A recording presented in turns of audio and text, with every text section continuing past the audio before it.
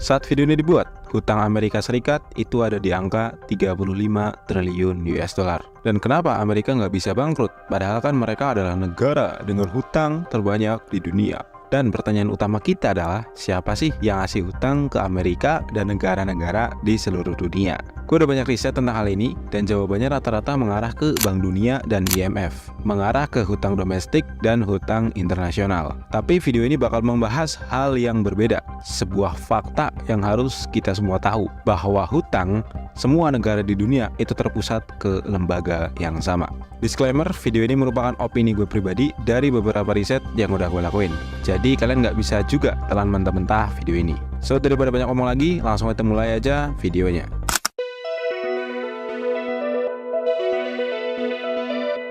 Kita semua harusnya tahu bahwa hutang sebuah negara dibagi ke dalam dua kategori, yaitu hutang domestik dan hutang internasional. Hutang domestik adalah hutang di dalam negeri. Simpelnya, pemerintah itu nerbitin obligasi untuk dibeli oleh individu atau investor di dalam negeri. Dan hutang internasional, simpelnya adalah hutang dari Bank Dunia atau IMF. Bisa juga dari negara lain memberi hutang, dengan cara membeli obligasi yang diterbitkan oleh pemerintah suatu negara.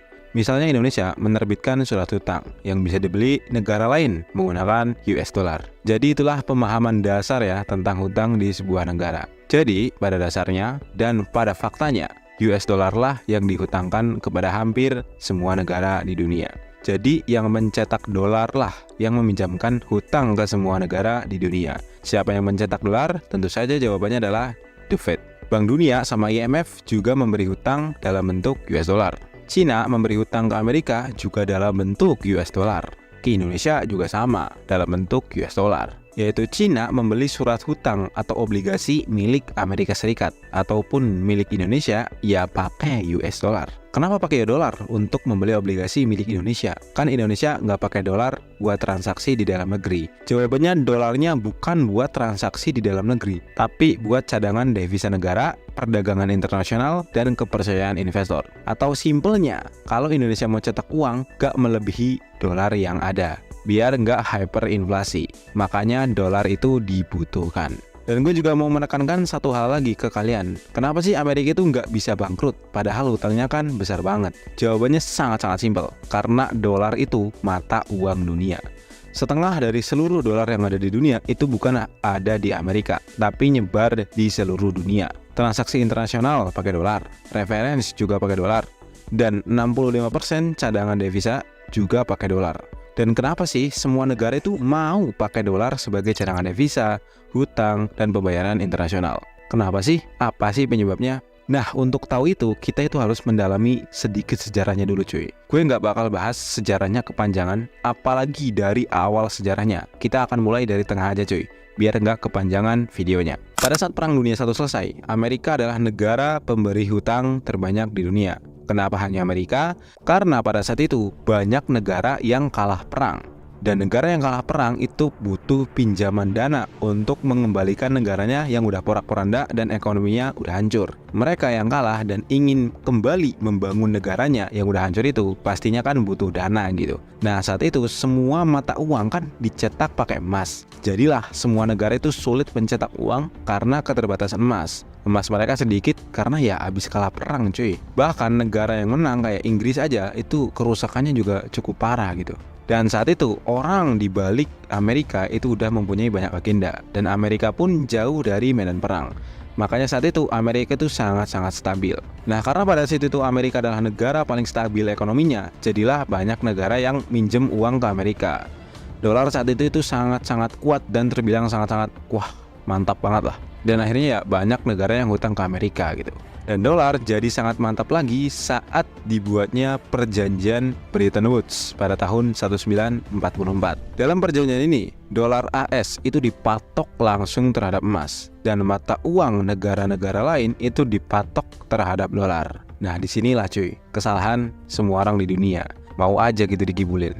Ini artinya negara-negara di seluruh dunia itu mulai menyimpan cadangan dolar, bukan emas lagi. Karena mereka itu menukarkannya dengan emas pada nilai tetap yang saat itu bilangnya sih 35 dolar per on emas. Dan pada periode setelah Perang Dunia II, Amerika itu meluncurkan Marshall Plan. pada tahun 1948 yang memberi pinjaman besar kepada negara-negara Eropa untuk membantu mereka pulih dari kehancuran ekonomi akibat perang. Dana ini juga sebagian besar dalam bentuk dolar Amerika Serikat yang saat itu masih terhubung dengan standar emas. Marshall Plan juga memperkuat posisi Amerika Serikat sebagai kreditor utama dunia.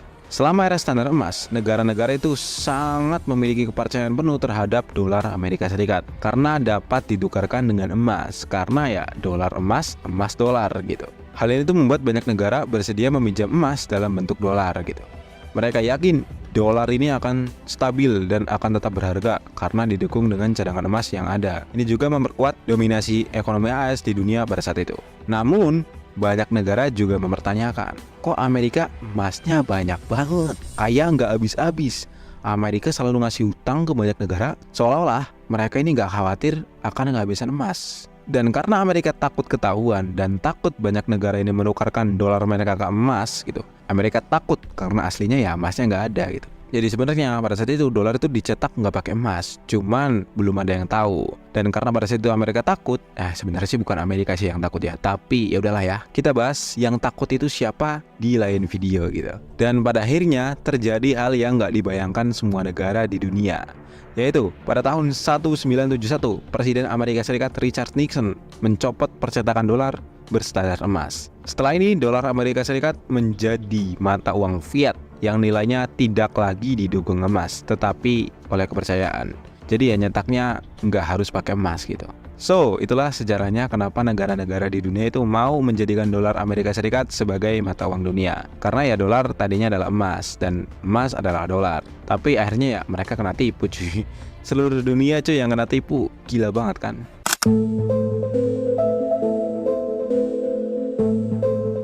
Nah, sekarang siapa sih yang memberi hutang terhadap Amerika? Jawabannya adalah The Fed, yaitu The Federal Reserve lah yang memberikan hutang atas Amerika lewat surat hutang atau obligasi yang diterbitkan oleh pemerintah Amerika lalu dibeli menggunakan US dollar oleh The Federal Reserve. Dan semua negara secara tidak langsung berhutang terhadap bank sentral dunia, yaitu The Federal Reserve yang ada di Amerika Serikat. Kenapa bisa bukan Bank Dunia atau IMF yang bukan ngutangin ke negara lain? Jawabannya memang betul, tapi itu secara langsung gitu. Secara langsung Bank Dunia lah, IMF lah, dan negara-negara lain yang memberi hutang terhadap negara lain. Tapi kalau secara tidak langsung, The Federal Reserve lah yang memberi hutang terhadap semua negara di dunia. Kalau kalian yang belum paham sampai sini, intinya The Federal Reserve itu adalah pemberi hutang ke semua negara-negara di dunia. Kok bisa? Ya bisa, karena merekalah yang mencetak uang. Merekalah yang mencetak US dollar, yang notabene adalah mata uang dunia yang udah disepakati oleh banyak negara saat perjanjian Bretton Woods pada tahun 1944, saat gold standard masih berlaku. Dan sekarang The Federal Reserve itu mencetak US dollar semau mereka tanpa persetujuan siapapun, tidak ada yang bisa menolak dan tidak harus izin kepada siapapun. Mereka itu sifatnya absolut. The Federal Reserve adalah bank swasta yang mengontrol ekonomi Amerika dan ekonomi dunia, sekaligus pemberi hutang ke hampir semua negara di dunia secara nggak langsung ya, karena mereka lah yang membuat US dollar.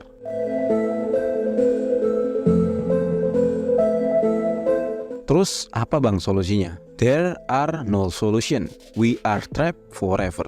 Yang kita bisa lakukan sekarang hanyalah join them. Apa sih? Emang kita mau apa cuy? Sebenarnya sih masih sangat banyak hal yang gue sampaikan di video ini. Tapi karena channel ini itu masih sangat-sangat kecil dan penontonnya itu masih belum terlalu banyak, jadi gue belum bisa bahas terlalu dalam. So, gue mau minta bantuan kalian buat like video ini agar algoritma ini merekomendasikan video ini atau channel ini ke lebih banyak orang. Jangan lupa komen juga pendapat kalian tentang video ini. And sampai jumpa lagi di video selanjutnya.